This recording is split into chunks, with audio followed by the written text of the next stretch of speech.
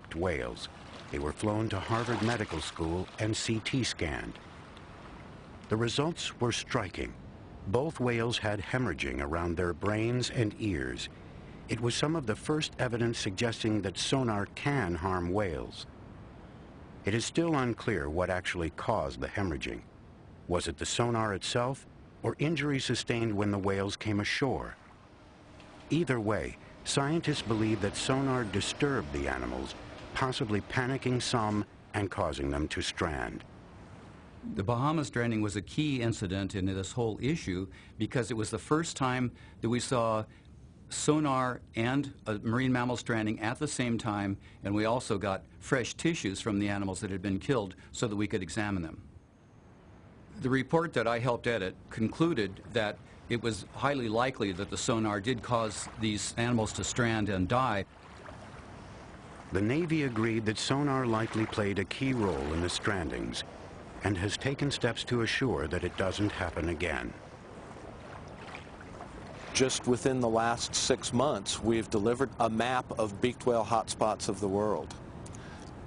So everybody in the Navy now knows what they didn't know 12 months ago. Dr. Robert Gissner oversees the Navy's multi-million-dollar effort to study the impact of human-generated noise underwater. The eventual goal? To find a way to train its people under realistic battle conditions without harming marine mammals. We're discovering that sonar has some adverse effects on marine mammals that we're very concerned about. And we're investigating the whys and wherefores of how this is happening. Because we're pretty much babes in the woods when it comes to understanding how sound works in the ocean. Why would sonar drive creatures like whales to strand?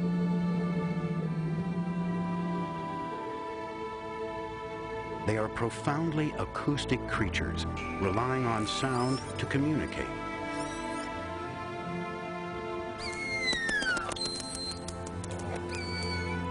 Many, like the killer whale, also use a natural form of sonar to navigate and to hunt, sending out sounds and reading what bounces back from their prey.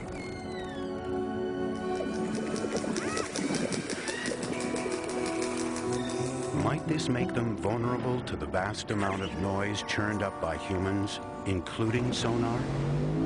Sonar is used by many commercial ships, freighters, fishing vessels, and ocean liners. But some kinds of military sonar can be especially powerful, comparable underwater to the thunder of a jet engine at takeoff.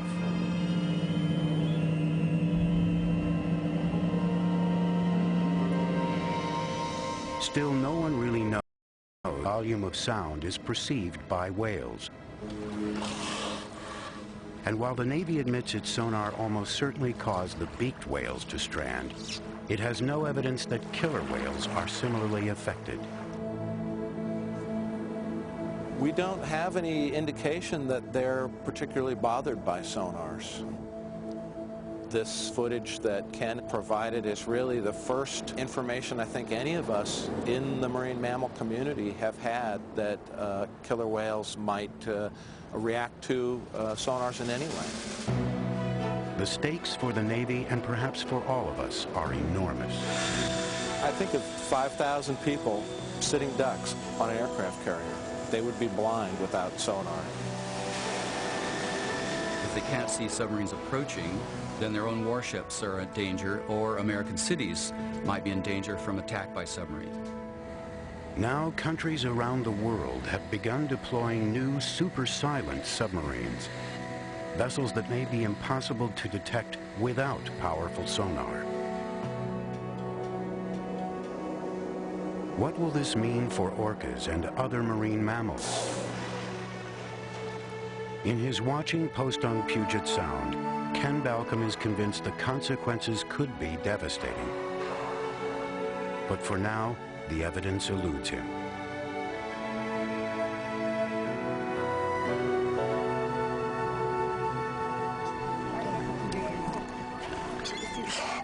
In Florida, the fight to save the pilot whales goes on. It is one of the most ambitious attempts to rehabilitate and release stranded whales ever undertaken. So this is number 7. This is the baby. Looking for mommy and looking for something to eat, or companion. 5 days after stranding, the survivors have reached an important milestone. You want to roll them already? Thanks to round-the-clock care, the whales are in stable condition and regaining their strength. This is lifting human spirits and making whales cantankerous. They're fighting. Number 1 swam by and bit number 2's tail. The ring has become too confining, dangerous for the whales and the volunteers. Some of the same things you've been doing in here. Rick decides to bring the pilots into open water and give them a chance to move under their own power. Next breath, everybody hands off for 5 seconds. If anybody bolts, holler. A group of college students helps whale number 5, who seems to be going downhill. Number 5, we heard, was doing the worst out of all the whales. In the first 3 hours, the whale was, not really responsive. Everything goes smoothly. Then whale number 5 surprises everyone. She started flipping, doing her own roll, and just shot off. We tried to go after her and grab her, and she just shot off. Number 5 is now in open water, weak and alone, with virtually no chance of survival on its own. Get one boat over here just to make sure they don't need it.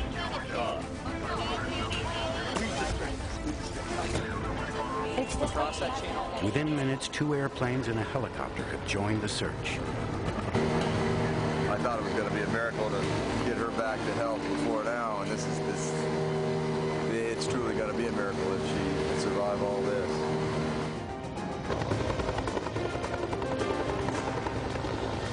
The helicopter is located or wrecked. After searching frantically, they finally spot the whale. Number 5 has stranded once again. By the time they get there, the whale is no longer breathing, and hearts break. She didn't make it.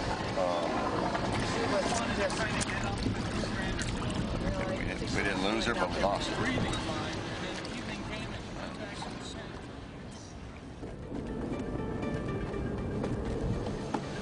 But the whales are not the only force of nature confronting the volunteers.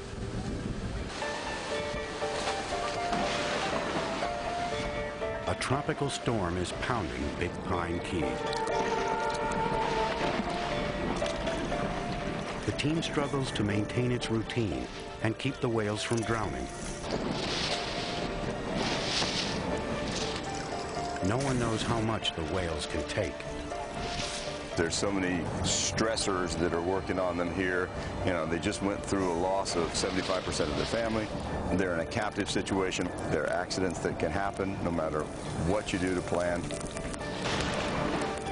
This tiny exposed location is too dangerous for the whales and their keepers. The team makes a desperate decision. They will have to relocate the whales. A risky undertaking for whales and humans.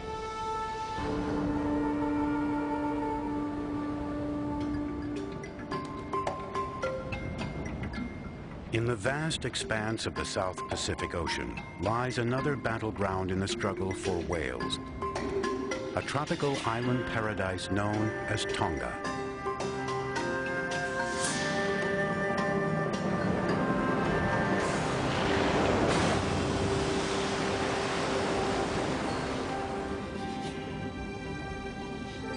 For centuries, tens of thousands of humpback whales made an annual migration to these waters, their mating and nursing grounds. Hunters decimated this population, taking some 200,000 whales for their meat and oil-rich blubber. But in 1978, whaling was banned here, and the whales began to make a slow recovery.